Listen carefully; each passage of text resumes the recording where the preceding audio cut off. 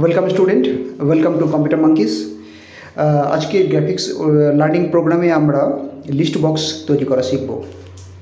List box যে কোনো online বা অফলাইন ফর্মের মধ্যে একটা খুব ইম্পর্টেন্ট পার্টস হচ্ছে লিস্ট বক্স। তো লিস্ট বক্স তোমরা হয়তো দেখেছো অনেক জায়গাতেই। তো লিস্ট বক্স পাইথন গ্রাফিক্সের সাহায্যে কী করে আমরা বানাবো, কী করে আমরা সফটওয়্যারের মধ্যে অ্যাড করব এবং লিস্ট বক্সের মধ্যে কী করে আমরা নিজেদের কন্টেন্টকে অ্যাড করব সেটা আজকে দেখব। তো দেখে নাও, এরকম ধরনের একটা ছোটো লিস্ট বা একটা বক্স তৈরি হবে। আর এই বক্সের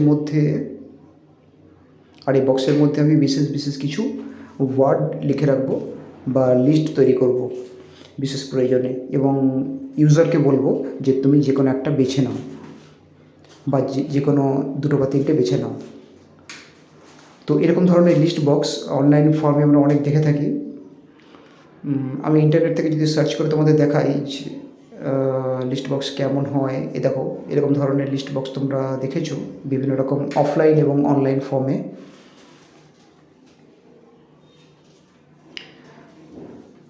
তো লিস্ট বক্সের মধ্যে শুধু লিস্ট থাকে তা না, ওর মধ্যে কোনো ওকে এবং ক্যান্সেল বাটন থাকতে পারে, বা ডেটাটাকে রিসিভ করার জন্য ওকে বাটন বা সাবমিট বাটন, বা কোনো লিস্টের মধ্যে থেকে কোনো ডেটাকে ডিলিট করার জন্য ডিলিট বাটন থাকতে পারে।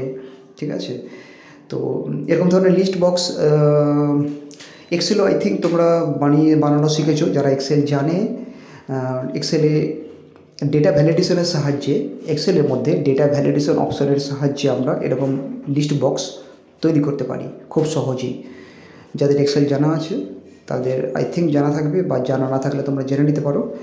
তো এক্সেলে যত সহজে কাজটা হয়ে যায়, পাইথনে ততটা সহজে হবে না, একটু কিছু বেশি লাইন আমাদের লিখতে হবে। তো চলো দেখি। তো দেখে নাও, একটা বেসিক উইন্ডো ক্রিয়েট করার জন্য যে 4-5টা লাইন লিখতে হয় সেগুলো লেখাই আছে, আগের ক্লাসে আমরা দেখেছি বা শিখেছি। যদি কোডটা রান করি তাহলে এরকম একটা বেসিক উইন্ডো রান হবে। এখানে লেখা আছে বেঙ্গলি পাইথন টিউটোরিয়াল। এবার এই উইন্ডোটার মধ্যেই আমরা একটা লিস্ট বক্স ক্রিয়েট করব। তো লিস্ট বক্স ক্রিয়েট করার জন্য তোমাদের একটা ভেরিয়েবল বানিয়ে নিতে হবে। ভেরিয়েবলটার নাম যা খুশি হতে পারে, আমি লিস্ট 1 দিচ্ছি। অবশ্য এলটা ক্যাপিটাল করবে না, যে ভেরিয়েবল যেটা বানাবে সেটা কিন্তু লিস্টের, যদি লিস্ট নামে কোনো ভেরিয়েবল বানাও তাহলে কিন্তু এলটা ক্যাপিটাল করবে না, কারণ লিস্ট 1 যে ভেরিয়েবলটা আমি বানালাম, ভালো করে দেখো, ওই লিস্ট 1 ভেরিয়েবলটা লিস্ট বক্স নামে একটি ফাংশনকে কল করছে, যার এলটা ক্যাপিটাল। লিস্ট বক্স আগে থেকে পাইথনের মধ্যে বানানোই আছে, আমাদেরকে শুধু কল করে নিতে হয়। তার মধ্যে আমাদেরকে রুটকে পাস করতে হবে এবং কমা দিয়ে উইথ অর্থাৎ ওই লিস্ট বক্সটা কতটা চওড়া হবে সেটা তোমাকে মেনশন করে দিতে হবে। যদি প্রোগ্রামটা রান করি তাহলে কিন্তু কিছু দেখতে পাবে না, এবং ওয়ার্নিং দিচ্ছে। ওয়ার্নিং দিচ্ছে, তার পিছনে কারণটা হচ্ছে যে দেখে নাও, হ্যাঁ, আমি 2 জায়গায় ভেরিয়েবলের নাম দু রকম দিয়েছিলাম। এবার দেখো এখনও প্রবলেম আছে। আচ্ছা, আর লাস্টে যে ভেরিয়েবলটা বানিয়েছি তার দেখো, তোমাদের যেটা বলছিলাম আমি নিজে সেই ভুলটাই করলাম। আমি লিস্টের এলটা ক্যাপিটাল করে দিয়েছি এবং এটা ভুল ঠিক করলাম। হ্যাঁ, এবার দেখো আমার লিস্ট বক্স তৈরি হয়ে গেছে, কিন্তু লিস্ট বক্সের মধ্যে কোনো রকম কোনো ভ্যালু নেই। তোমরা এখানে মাউস দিয়ে ক্লিকও করতে পারবে। দেখো আমি ক্লিক করছি, তো এটাকে সাইডে সরিয়ে রাখছি। তো এর মধ্যে লিস্ট অ্যাড করার জন্য, অর্থাৎ এর মধ্যে কোনো ডেটাকে লিস্ট অনুযায়ী সাজিয়ে রাখার জন্য তোমাদেরকে ইনসার্ট ফাংশানের সাহায্য নিতে হবে। তো আমি লিস্ট 1 নামে যে ভেরিয়েবলটা ক্রিয়েট করেছি, সেই লিস্ট 1 ভেরিয়েবলটার সাহায্যেই আমি এটা করব। তো এটা কমেন্ট লিস্ট বক্স ক্রিয়েট করলাম এখানে।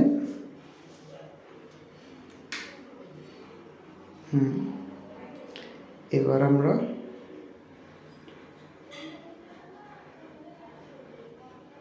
ইনসার্ট করব, বক্সের মধ্যে ভ্যালুকে ইনসার্ট করব। বক্সের মধ্যে ভ্যালু ইনসার্ট করার জন্য আমি আমার ওই ভেরিয়েবলটার সাহায্যে ডট লাগিয়ে ইনসার্ট ফাংশানকে কল করলাম। ইনসার্ট সব কিছু স্মলে লিখতে হবে, কোনোটাই ক্যাপিটালে হবে না। তার মধ্যে ইন্ড, দেখো ভালো করে আমি ইন্ড লিখেছি, E capital, N capital, D capital. এটা কিন্তু সম্পূর্ণরূপে বড় হাতে লিখতে হবে, তারপরে কমা দিতে হবে, তারপরে ডবল কোটেশনের মধ্যে তোমাকে ভ্যালুটা লিখতে হবে। আমি লিখলাম পূজা, আর একটা নাম লিখে দিচ্ছি দিশা। এবার যদি রান করি,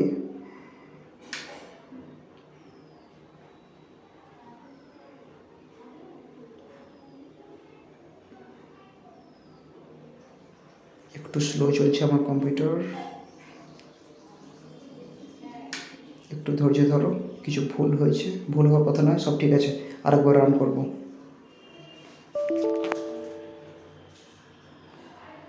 ভুল হওয়ার কথা নয়, 4 লাইনের প্রোগ্রাম, এমন কিছু কঠিন নয়। তো দেখো আমাদের লিস্ট বক্স তৈরি হয়ে গেছে, আর যে দুটো ভ্যালু আমি অ্যাড করেছি সে দুটো ভ্যালু আমাদের লিস্ট বক্সে অ্যাড হয়ে গেছে, আর মাউসের সাহায্যে সেগুলোকে আমি ক্লিকও করতে পারছি। কিন্তু এটা খুবই পুরনো এবং বাজেট পদ্ধতি। কারণ কি, এরকমভাবে দেখো, তোমাকে যদি আরও যদি নাম অ্যাড করতে হয়, তাহলে তোমাকে এরকমভাবে নিচে নিচে নিচে নিচে লিখতে হবে।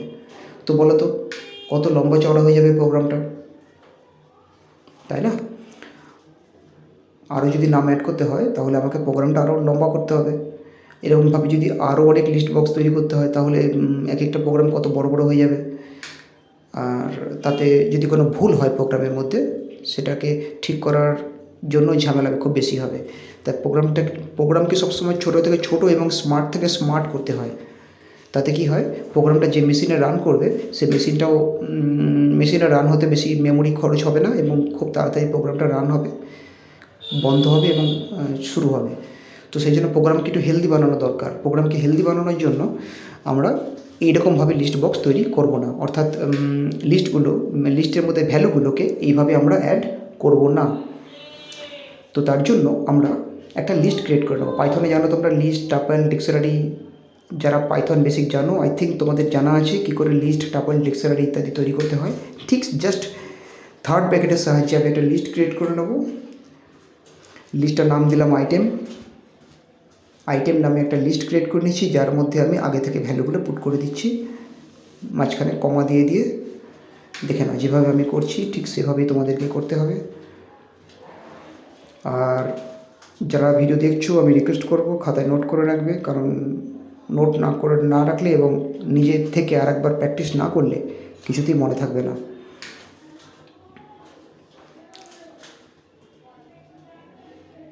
যতগুলো খুশি নাম অ্যাড করতে পারো, আমি এই কয়েকটা করলাম। এইবার এই যে আইটেম নামে যে লিস্ট আমি ক্রিয়েট করলাম থার্ড ব্র্যাকেটের মধ্যে, এর ভ্যালুগুলোকে আমার লিস্ট বক্সের মধ্যে পাঠানোর জন্য ফর লুপের সাহায্য নিতে হবে। তো একটা ফর লুপ আমাকে ক্রিয়েট করতে হবে, ফর লুপের সাহায্যেই এই ভ্যালুগুলোকে আমি সেন্ড করতে পারবো আমার লিস্ট বক্সের মধ্যে 1 by 1। তো চলো শুরু করি। ভুল হয়েছে, for I in items colon enter. আমার ভেরিয়েবলটার নাম হচ্ছে list1। খুব সহজ।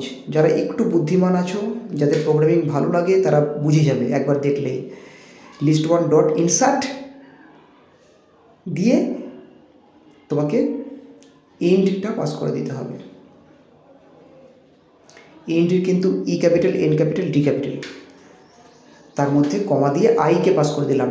ওইখানে ফর লুপ কী করছে, আইটেমস লিস্টের মধ্যে থেকে এক একটা করে ভ্যালুকে বার করছি, আই এর মধ্যে রাখছি, আই আবার সেটাকে আবার ইনসার্ট করে দিচ্ছে list1 মধ্যে।